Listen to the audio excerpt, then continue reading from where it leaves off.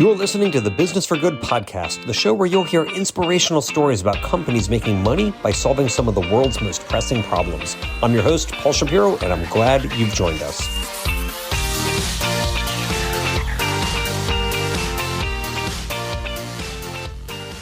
Welcome, friend, to episode number 117 of the Business for Good podcast. Wow, did that last episode blow up. I knew that I liked what the twin Mashuf sisters are doing at Ruby Labs by making textiles out of CO2, but boy, did you listeners like it a lot. It was, in fact, one of the most popular episodes we have ever done.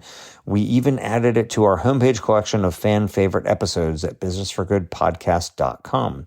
Since there are more than 100 back episodes, and I know how unlikely newcomers are to go back and listen to them all, despite the fact that nearly all are evergreen and awesome, we've got that list at businessforgoodpodcast.com of the most popular episodes ever, determined by the number of downloads.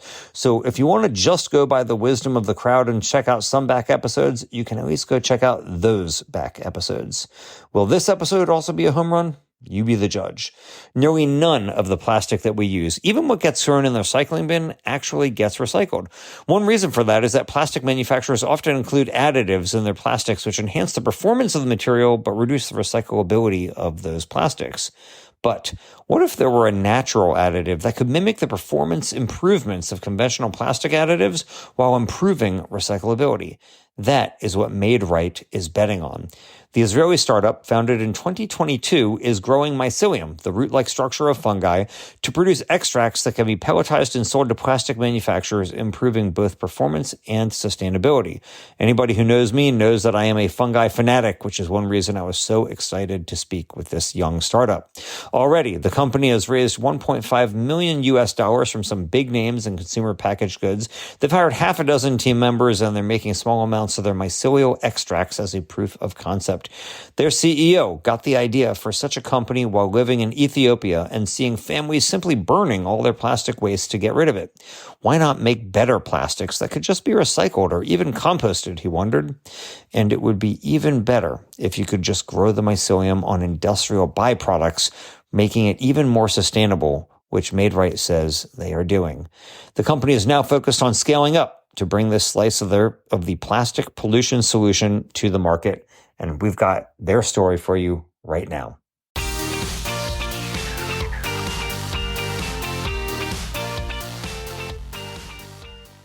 Rotem, welcome to the Business for Good podcast.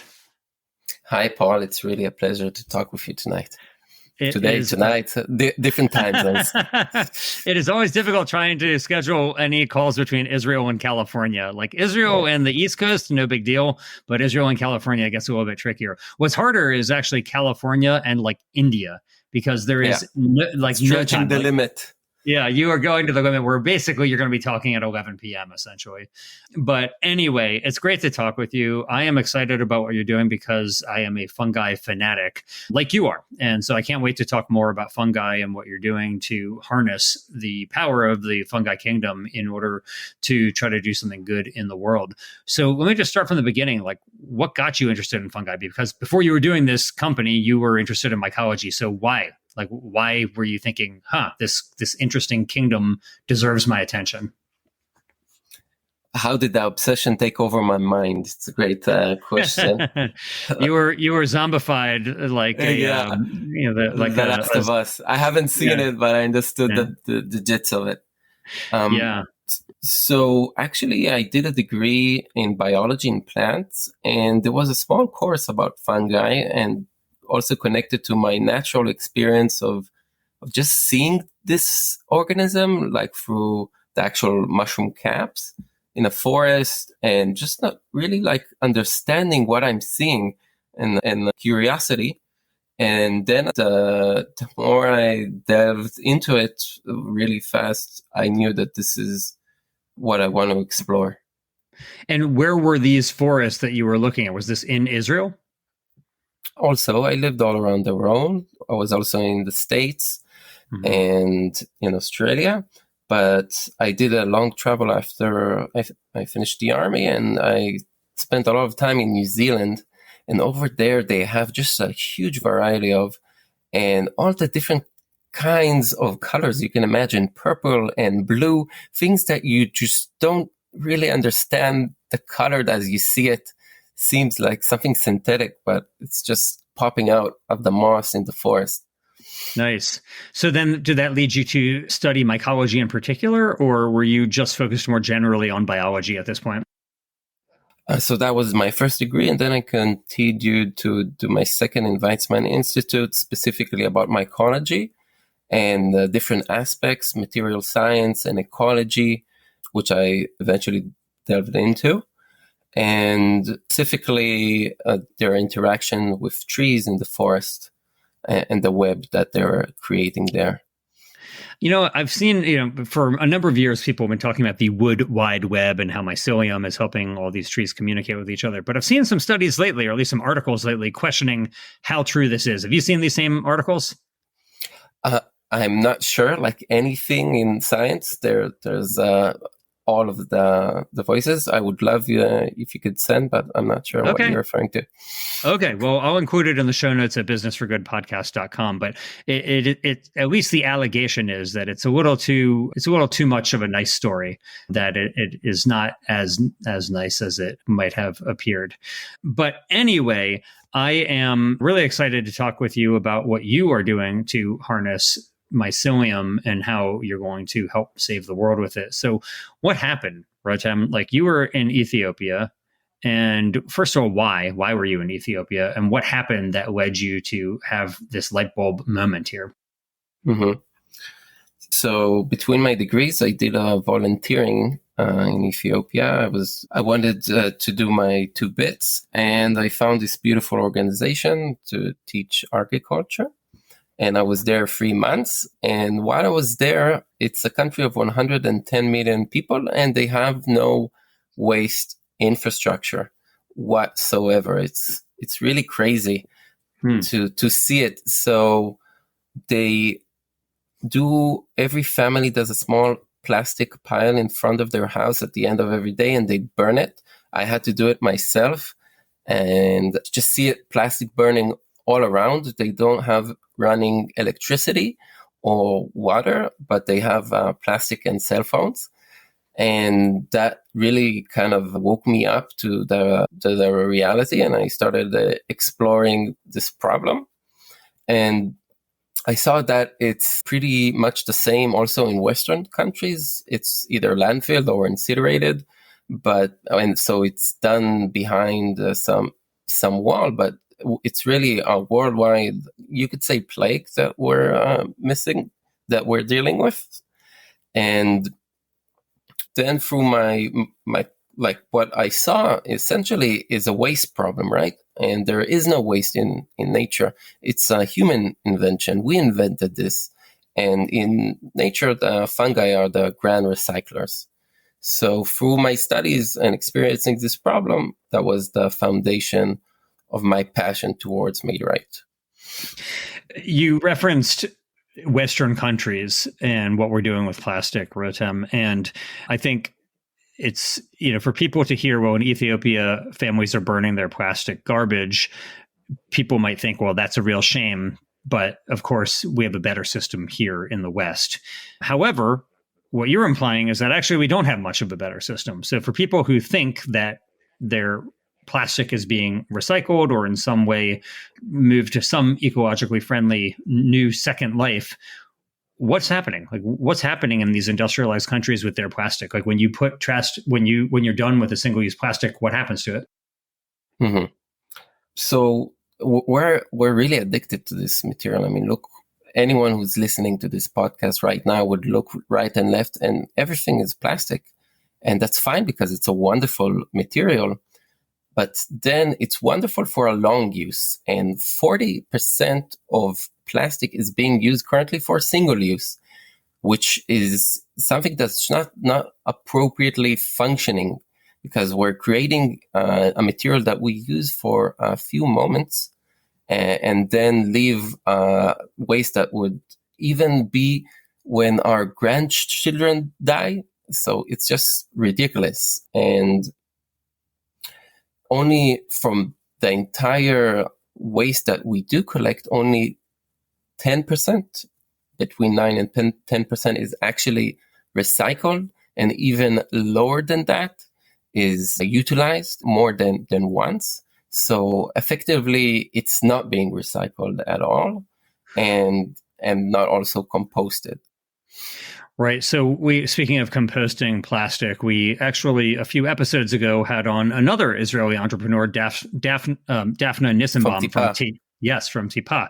And, what they're doing is essentially trying to create plastics that are compostable, which is different, I think, from what you were doing. It was more of like I'll let you describe what you're doing, but I'm looking forward to hearing what you're doing and how it's different. But one of the points that Daphne made is that, pretty much all the plastic that you use is going to landfills at best, right? Like even if you put it in the recycling bin, the chance of it being recycled is low. And if it is recycled, the chance of it being recycled again is low. And so essentially the plastic that we use is going almost entirely to landfills. And if not to landfills, then into marine waterways, which of course presents all types of horrible problems. And so all the plastic that we've ever used in our lives, ever, is going to exist hundreds of years from now. And I think about, even just what I ate today so far, which I had, a tortilla that came in a plastic bag. I had hummus on the tortilla, which came in a plastic tub. I put in a bed of greens, which came in a plastic bag. I put in tofu, which came in a plastic tub. I put mustard on it, which came in a plastic jar. And so it's like everything. I mean, the microphone that I'm talking right now, the headphones, the computer, like the printer, everything near me is plastic, essentially. And it's all going to be here hundreds of years later. And you have a different idea about what to do with plastic, not to stop using plastic, but to change the way that we make plastic. So what was the idea? Like you didn't want to see it getting burned like you saw in Ethiopia, right? So what did you think you could do to actually create a different type of plastic industry? Great. Thank you for the question. So essentially, when we're now singling out the packaging, so it's a huge, huge world. It's a $1 trillion market. And we have all these different kinds of products that we package. And for them, you need different material solutions to give them a shelf life. Or this is what a package does, right? And when you explore this problem, that you see that actually plastic is doing it really well to give a shelf life, and sometimes better than glass and better than aluminum as far as the resources and the carbon footprint that it leaves. So we zoomed into plastic, and now there's a lot of different kinds of plastics. And when we're zooming even further into food packaging and cosmetics, so it's not really just one material. It's a cocktail of materials that are mixed together to create some kind of functionality, as in a shelf life. So, for example, something that would give the cheese the 2 weeks it needs, it's not the same as the cosmetic product that needs 2-3 years. And these are called additives that we add to plastic to give shelf life. And actually, we believe that this is one of the biggest problems in this huge realm, because these additives are the ones that are disrupting recyclability. For example, two of the most common used plastics, polyethylene and polypropylene, they're totally recyclable. But when you mix it up in this cocktail of materials, some of which are disrupting the recyclability, and then it's hard to collect and distinguish, and you get just a whole bunch of different materials that you don't really know what's in there, then you have these really degraded plastics that don't really give a shelf life. So effectively, there's no market need for them. And then there's you see these low recycling rates. So what we do at MadeRight is we create a new biomaterial using fungi. We, like you, believe that they're our factory to the future. And we, in turn, think specifically for sustainable materials. And this additive is to be mixed with all these different kinds of plastics, fossil plastics and bioplastics, and give the shelf life the product needs, and not disrupt recyclability and not disrupt compostability. So just one we're a low volume constitute of the package that gives the shelf life. So basically what you're saying, and help me if I'm misunderstanding this, Rotem, is that when you think about plastic, like I just think about it as like fossil fuels that have been turned into plastic. You're saying there's other ingredients though that go in, and those make them less recyclable, not less compostable, but less recyclable. And you are going to grow both. Okay, interesting. And so what you want to do is create those additives from fungi, from mycelium, and essentially sell those as a B2B ingredient to the plastic manufacturers so that they can have plastics that are more easily recycled. Is that an accurate assessment of the business model? Yes, exactly so. Okay. Both recycled and composted. Interesting. Okay, cool. So for example, before you mentioned the wonderful work that they do, they could enjoy such a product because today what they can choose with is only these petrochemical, these highly polluting fossil materials that are very expensive and do a lot of harm, not only in recycling, but also in manufacturing. Like all these titanium oxide and all these things that you would really be surprised that they put it in packaging and in food packaging, stuff that you don't really want there. Interesting. Okay, so what is it, right? Like you're making these pellets that you can sell to plastic manufacturers out of mycelium. So how do you do it? Obviously, I'm not asking you to divulge any trade secrets here, but from a general overview, like what is the actual product that you're making and how do you make it? So we mimic the same way that fungi act in nature. Like we said before, they're the ground recyclers. So we take industrial organic waste from all different waste streams. It could be either food or agriculture or biotechnology. You can imagine wood chips from IKEA, from their furniture making. Then we grow fungi on this waste and they eat it up and create biomass. And from that biomass, we extract our materials that we later integrate to create those pellets that you just mentioned. So are you using the whole mycelial biomass, or are you taking extracts of that biomass to turn into these pellets? Different extracts of it. And then what happens to the remaining biomass? Because we have a green process, it could either be used as compost or fermented again, but it's with no hazardous waste. Cool. So how much have you scaled this so far? Like it's still a relatively new company. You guys were founded in 2021. My understanding is you have 2022, excuse me. Thank you for the correction. So how many folks are working there now, and like how much have you scaled this mycelial fermentation process to the point where you know that this actually works and is a viable process? So we're a family of 6 and it's wonderful, and we're constantly growing. And now, currently, we're indeed in an early stage. We're optimizing our process. We think that we'll have a prototype of the product early next year. And in 2025 to actually have a pilot facility, creating a couple of kilos. And from that, you can create a lot.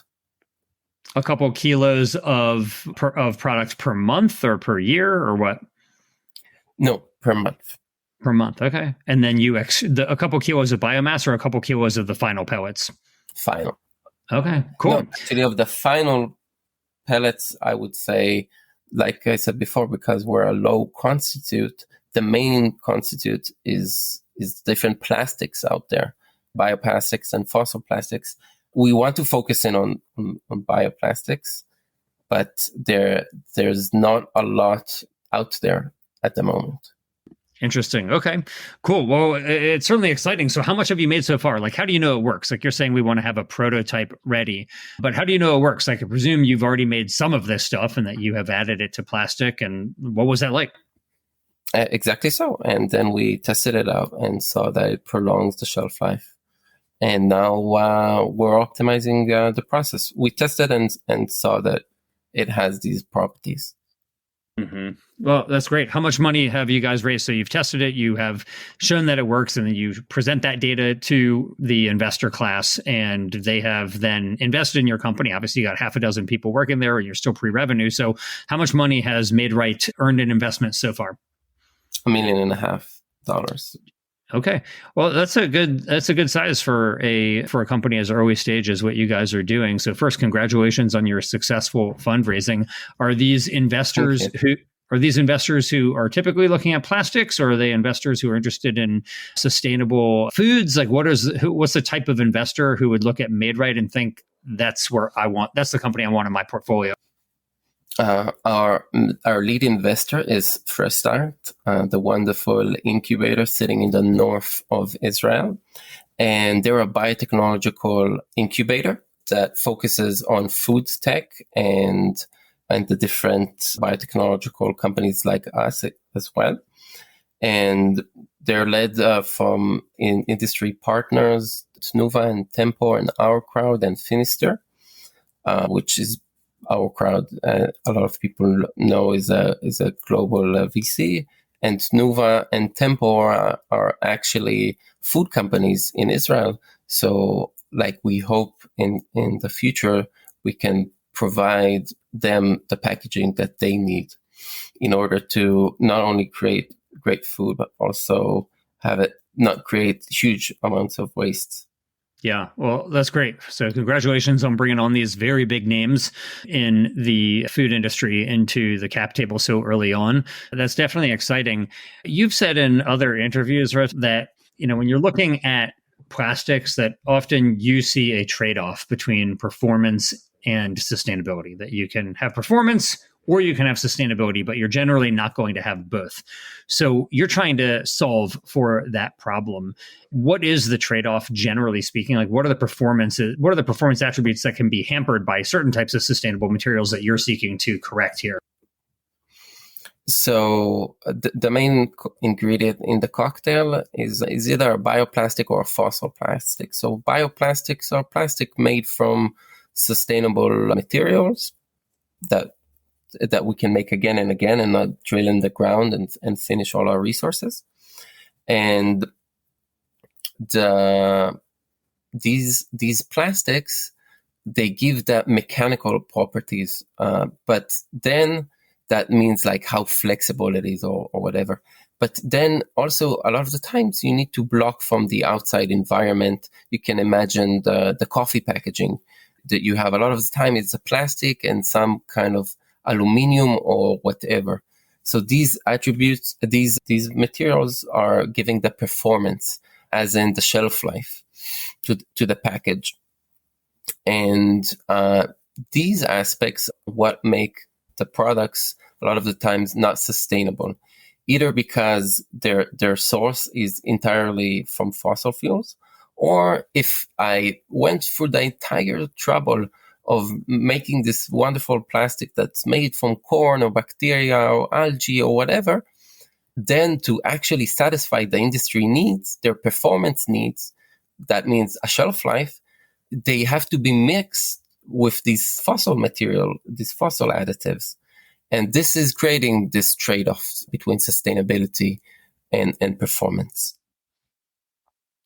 And by utilizing mycelial extracts, you think that you can get the best of both worlds then, presumably, that you can get the performance without the sustainability downsides that you were just referring to. Exactly. Interesting. Okay, cool. Well, I can't wait to see it and feel it and touch it and hold it. So I hope that when you guys start producing those kilograms per month, that I'll get to try some plastic that is utilizing it. But let me ask you, Rotem, like, you were doing something very different. You were basically studying science and biology and so on. And now you're acting as a CEO of a small startup. So what's changed in your life? Like, do you find that the skill sets that you studied in school were useful for you to be a CEO of a company? Or did you have to learn most of what you're doing now while on the job? Definitely while on the job. It's like everybody says, it's endless roller coaster. And this is, you have to want to suffer a bit, I guess, to be a founder of a company. And that's like the basics of your personality, I guess. It's really intense and I love it. It's what makes it for me interesting.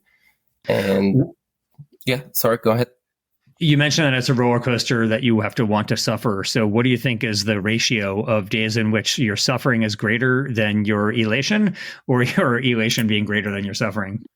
Wow, good question. I mean, I think for me, it's a lot greater the good, but it's just constantly throwing you, you know, kind of like those balls that you throw in the room and then they go all directions. So it really depends on the moment, but it's definitely for now good. What's been the hardest part of it for you so far? Is it the fundraising, the management, trying to advance the science? Like, what's the actual difficulty for you at most days?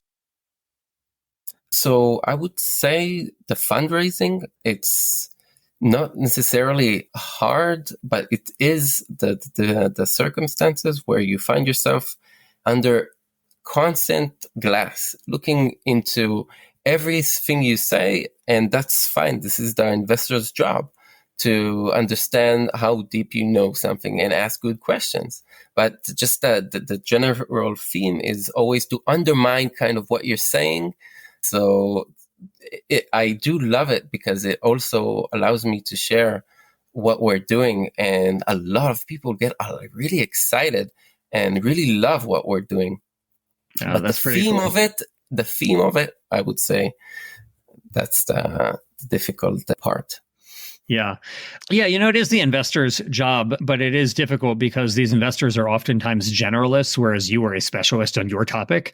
And so there is some level of difficulty of trying to get through like what you are completely obsessed with and you're devoting all of your waking hours to somebody who is seeing, you know, literally maybe 100 pitches or more a month, and they are just a generalist on a variety of topics as opposed to being a specialist, let's say in this case on plastics or fungi fermentation and so on.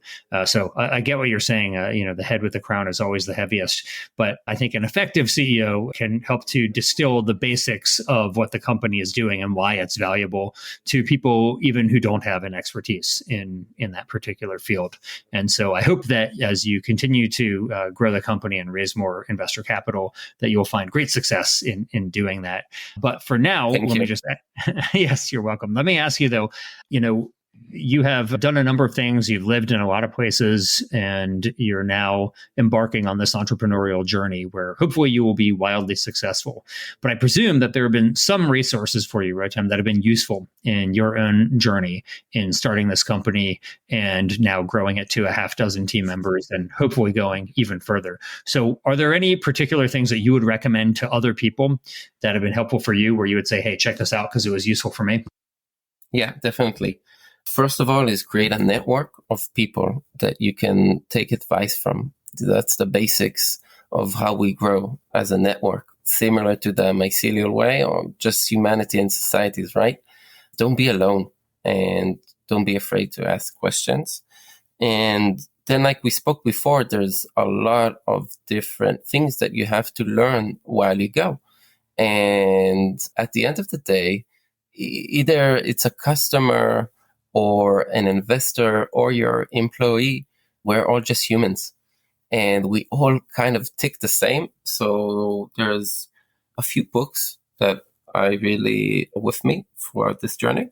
One is the influence of the psychology of persuasion. I can send the link. And it's just talking about how we are all being affected by these same principles. Right. I think it's really known. And the second, yeah, want to say? Yeah, I just want to comment. So I love that book, and we'll include a link to it in the show notes at businessforgoodpodcast.com. But one thing I particularly love about it is that people who read it, you realize how subject to these types of influences we all are. Like, no matter how smart you are, no matter how much you know, like, we're still human, like you said, and we still are influenceable by the same things, generally speaking. And so even reading the book, you realize like you are being influenced in lots of ways. Even once you realize the methods of influence, you're not free from them. Like, you still are influenceable as a human. But it's a great book. We'll link to it. And what's the other one?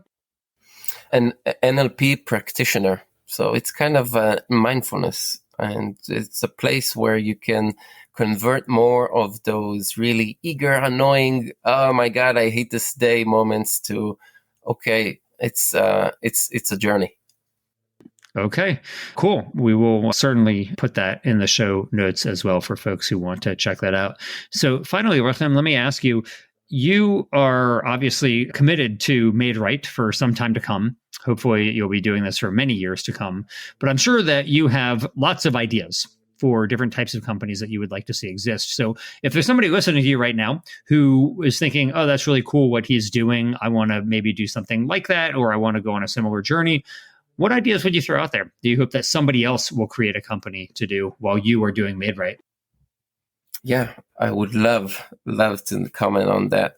So actually, most of where money is going in startups is not towards material or hard tech companies. It's going towards software, because that's where there's a lot of returns, like cyber and fintech, and that's fine. But actually, a lot of our big problems today are in climate tech, and these are hard problems.